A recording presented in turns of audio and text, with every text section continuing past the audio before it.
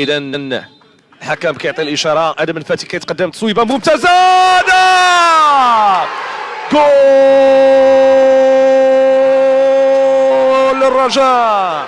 يسجلون في هذا الوقت بالذات، في الوقت بدل ضائع. من كان يتوقع هذا السيناريو؟ من كان يتوقع هذه الكرة الثابتة؟ الحارس يوسف المطيع يرى انه يصيب. كرة لعبت بالمقاس من ادم النفاتي. هذا بدر بنون، هذه فرحة تأتي بجنون. غير مع القانون. كرة لعبت بشكل ممتاز بطريقة بديعة مباشرة صوب المرمى. إصابة الحارس يوسف المطيع واضحة، نتمناو ما تكونش إصابة مؤثرة. ادم النفاتي لعبها بثبات، لعبها بثبات، لعبها طريقة اللاعبين الكبار، وضعها بخبرة سنوات كبيرة وسنوات كثيرة، ويتمكن من وضعها في الشباك في الأنفاس الأخيرة من